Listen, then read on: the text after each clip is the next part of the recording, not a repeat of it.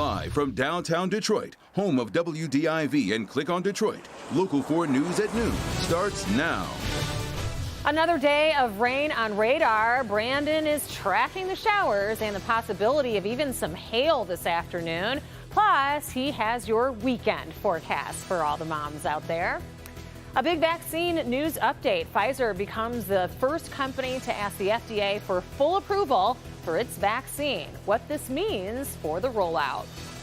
And a suspect has been identified in a deadly shooting outside of a Dearborn club. What we have just learned about the search for the shooter. We begin with breaking news. A federal grand jury has indicted the 4 former Minneapolis police officers involved in the arrest and death of George Floyd. Derek Chauvin and the other 3 officers are accused of violating Floyd's constitutional rights as he was restrained face down on the pavement.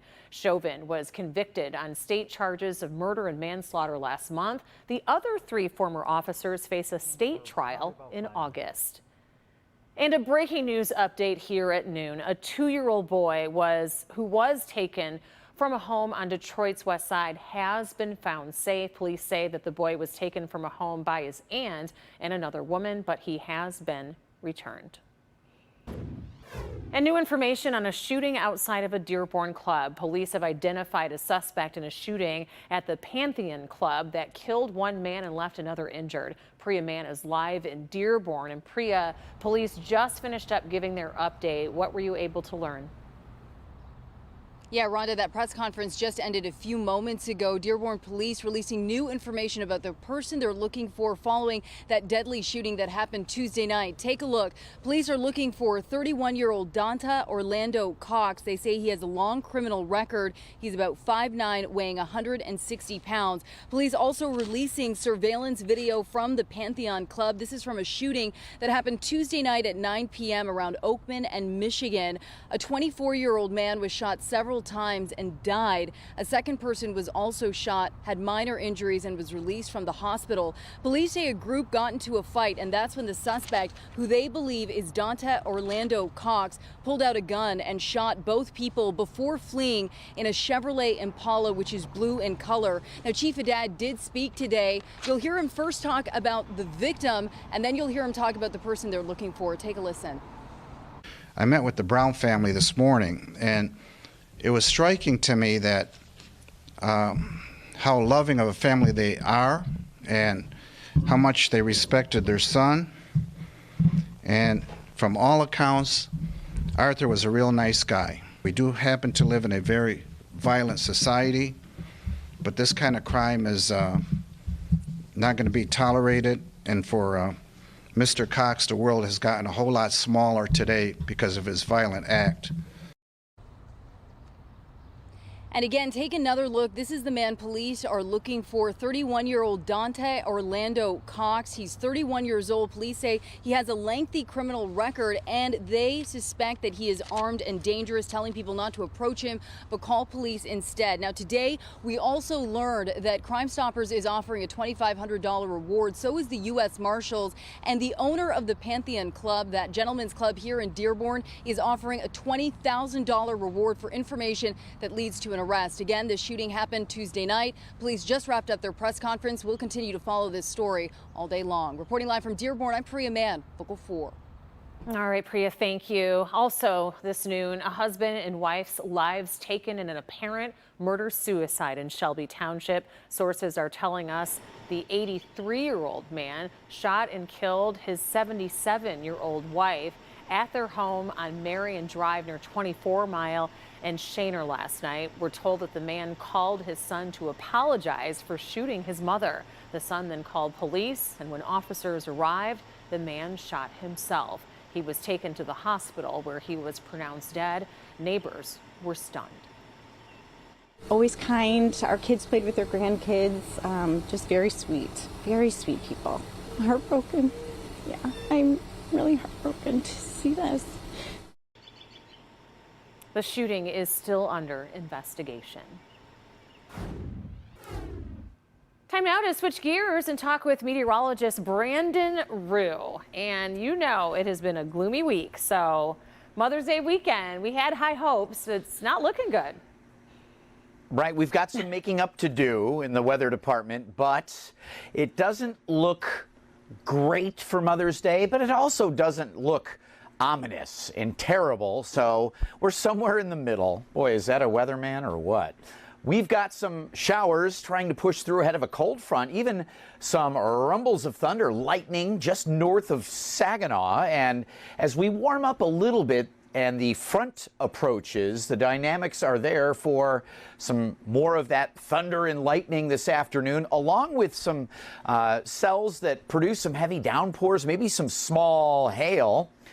Right now it's just lower 50s, likely going to bounce into the upper 50s here over the next couple of hours, and that front approaches about 2 o'clock. We'll start to see more of those showers, and even more so probably between 4 and 7 p.m. as the showers will begin to fill in. Just a real quick look at the model, and it does show those showers popping off there about 3, 4 o'clock. Some of those look to be on the more serious side, Rhonda. Again, that means thunder, lightning, maybe some small hail, not just the garden variety light rain like we saw yesterday. So we need to pay a little more attention today.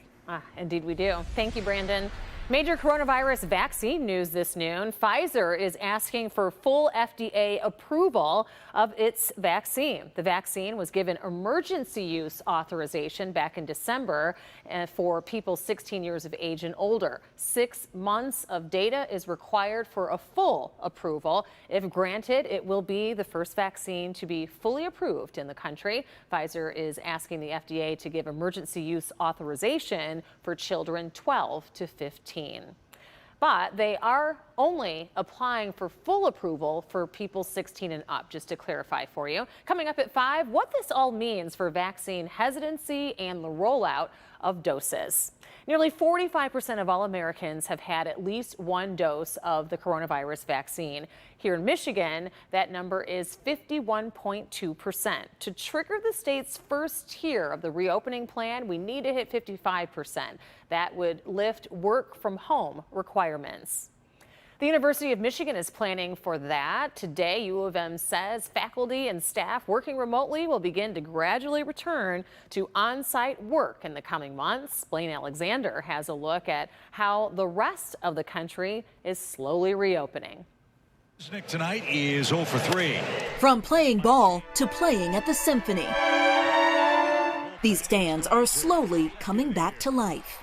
We're beginning the return to live concerts, which I know we are terribly excited about. The numbers paint a hopeful picture. Nationwide, an average of 46,000 COVID cases a day, the lowest since early October. Over the past week, 8 states and Washington, D.C. have reported at least one day with no new COVID deaths, all of it leading local officials to start loosening restrictions. Michigan is ending its outdoor mask requirement for gatherings under 100 people. And at MetLife Stadium in New Jersey, joyful family reunions, grandparents meeting grandchildren for the very first time. Still, some states continue to struggle. Oregon has extended its mask mandate indefinitely. And with the CDC reporting nearly 45% of all Americans have had at least one vaccine shot, for some, a creative push to raise that number.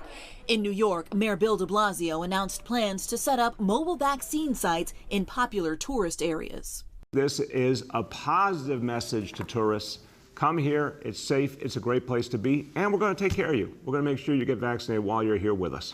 Now the throw's coming to the plate. And the Atlanta Braves joining the Milwaukee Bucks as the latest sports team to offer a shot with each ticket. But even as we inch closer to vaccine approval for children ages 12 through 15, a new poll suggests that not all parents are on board. Only 29% say they plan to have their child vaccinated right away once available. And I understand parents' hesitancy to get their children vaccinated because this is not them getting the vaccine, but you also have to remember that this vaccine is life-saving and it's been proven to be a very safe vaccine, and we're seeing the same thing in those 12 to 15-year-olds. Blaine Alexander, Local 4. Disappointing jobs numbers out today. Employers added 266,000 jobs last month. That's sharply lower than in March, and it's much lower than the 1 million new hires many experts were expecting. The unemployment rate ticked up from 6% in March to 6.1%. Experts say it's a sign that many businesses are struggling to find enough workers to fill open positions. Experts do think that the economy will continue to recover as more vaccines are administered. New at noon.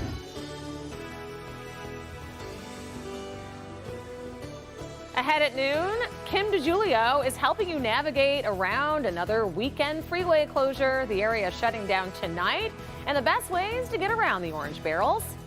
But first, a possible bank robbery turns into an 8-hour hostage situation with employees being held inside. How it came to a peaceful end.